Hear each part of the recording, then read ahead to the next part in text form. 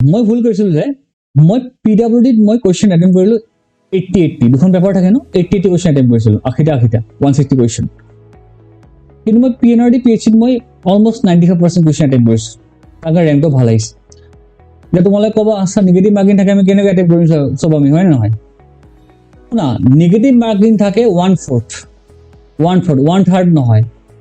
গেটৰ পৰীক্ষা negative marking থাকে 2/3 2 নম্বৰ কুৱেশ্যনবিলাকত যদি গেটৰ পৰীক্ষা দিছা তোমালোক কোনোবাই জানা চাগে যে গেটত থাকে 2/3 66.7% থাকে নিগেটিভ এটা কুৱেশ্যন ভুল গ'লে 2 নম্বৰ কুৱেশ্যন এটা ভুল গ'লে 1.33 মাৰ্কছ নিগেটিভ থাকে তাত তুমি ৰিস্ক ল'ব নোৱাৰা UPSC থাকে চাগে 1/3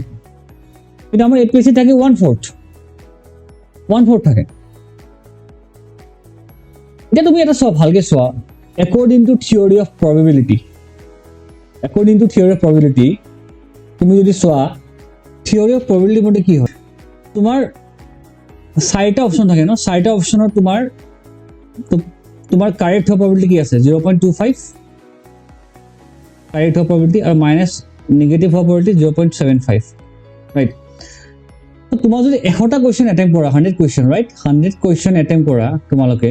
তো 100 কুৱেশ্যন কি হ'ব according to this 0.25 probability যেটো 4টা অপচন থাকে 4টা অপচন থাকিলে এটা শুদ্ধ probability কিমান 1/4 পাঁচটা অপচন থাকিলে 1/5 হ'লে 4টা আছে কাৰণে কি 1/4 সো তোমালোকৰ শুদ্ধ probability কিমান হয় 0.25 অশুদ্ধ probability কিমান 0.75 obviously মানে 4টা অপচন আছে কাৰণে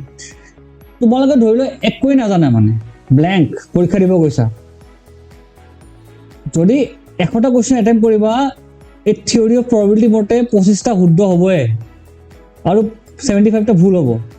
25টা শুদ্ধত মাৰ্কস কেন পালা 25 পালা 70টা শুদ্ধত মাইনাস কেন গ'ল 74 19 আৰু অলমোস্ট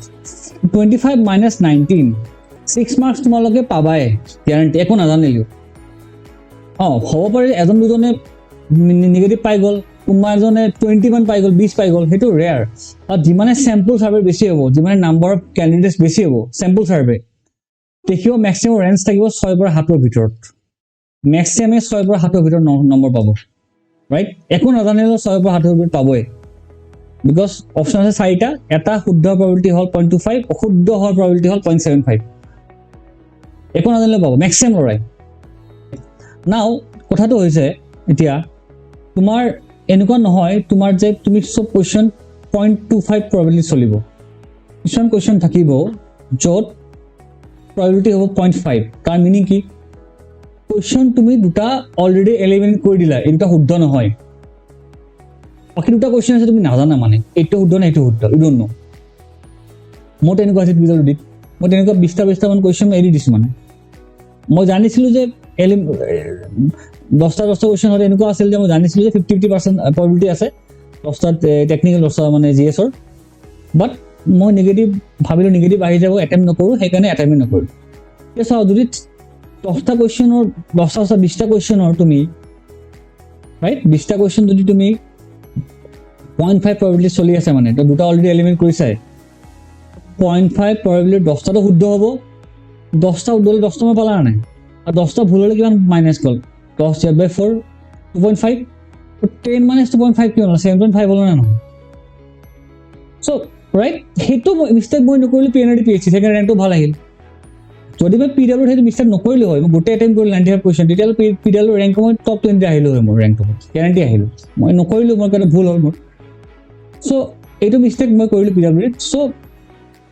তোমালোকে এটেম্প কৰিবা ম্যাক্সিমাম কোৱেশ্চন 95% তো এটেম্প কৰিবাই নেগেটিভ ম্যাটাৰ নকৰে 1/4 নেগেটিভ একো ম্যাটাৰ নকৰে ইনফ্যাক্ট যেতিয়া APSC এই ৰুলখন আহিছিল কাৰণ আমি আছিলো ফাৰ্স্ট যোনে APSC সিস্টেমৰ কথা গম পাইছিল পাব্লিকে গম পোৱাৰ আগত যেতিয়া মই দেখিলো যে 1/4 নেগেটিভিটি আছে তেতিয়া I was not satisfied actually মই স্যাটিসফাই হোৱা নাছিলো মই বিচাৰিছিলো 1/3 নেগেটিভ মাৰ্কস দিয়ক আজি যদি মোৰ APSC কোনোবা কৰ্তৃপক্ষ শুনি আছে মোৰ কথাখিনি মই তেখেতসকলক অনুৰোধ জনাম যে আপোনালোকে নেগেটিভ মাৰ্কিংটো 1/3 কৰক 1/3 নেগেটিভ মাৰ্কিং কৰিলে এক্সামটো বেছি কম্পিটিটিভ হয় কম্পিটিশন বেছি বাঢ়ি যায় 1/4 নেগেটিভৰ কোনো কম্পিটিশন নাথাকে মানে মোৰ মতে নাথাকে 1/3 হ'ব লাগে গতিকে মই তোমালোকক এটোৱে কওঁ যে তোমালোকে এটেম্প ম্যাক্সিমাম কৰিবা 95% এটেম্প কৰিবা পাৰিলে 100 কৰিবা এটেম্প 1/4 নেগেটিভ মাৰ্কছত কোনো এফেক্ট নকৰে মোৰ মতে দিস ইজ মাই থিওৰি যদি মোক মোৰ এই থিওৰি কোনোবা কাউন্টাৰ কৰিব বিচাৰিছে ইউ ক্যান কাউন্টাৰ বাট মই নিজৰ অভিজ্ঞতাৰ পৰা কৈছোঁ মই এটেম্প বেছি কৰিলোঁ PNRD PHC সেইকাৰণে মোৰ ৰেংকটো ভাল আহিল যিটো মই PWত কৰা নাছিলোঁ